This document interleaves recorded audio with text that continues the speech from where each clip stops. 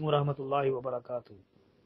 یہ محترم بھائی نے یہ صحیح مسلم والی حدیث بھیجی ہے کہ اللہ کے رسول سے سوموار کے روزے کے بارے میں پوچھا گیا تو آپ نے فرمایا اس دن میری پیدائش ہوئی اور اسی دن مجھ پر وہی نازل ہوئی۔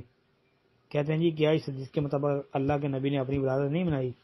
محترم بنائی بھائی، اللہ کے نبی علیہ الصلوۃ والسلام سوموار کو روزہ رکھتے تھے، جیسا کہ یہ حدیث میں واضح ہے، اس کا تو کوئی انکار نہیں ہے، تو آپ بھی روزہ رکھ لیں، باقی مسلمان بھی روزہ رکھ لیں۔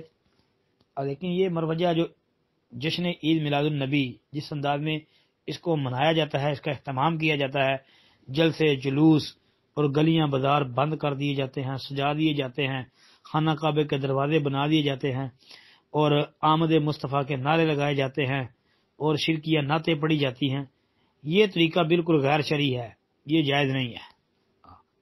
اگر کسی کو اتنی ہی اللہ کے رسول کے ساتھ محبت ہے، وہ منانا چاہتا ہے، تو بھائی وہ ہر سوموار کو روزہ رکھے، کیونکہ اللہ کے رسول علیہ الصلوۃ والسلام ہر سوموار کو روزہ رکھتے تھے۔ اور یہ بھی نہیں کہ صرف اللہ کے نبی علیہ الصلوۃ والسلام ربیع الاول کے مہینے میں جو سوموار آتی تو اس دن روزہ رکھتے، بلکہ ہر سوموار کو روزہ رکھتے تھے، جی ہر سوموار کو۔ السلام علیکم ورحمۃ اللہ۔ آپ بھی روزہ رکھ لیا کریں۔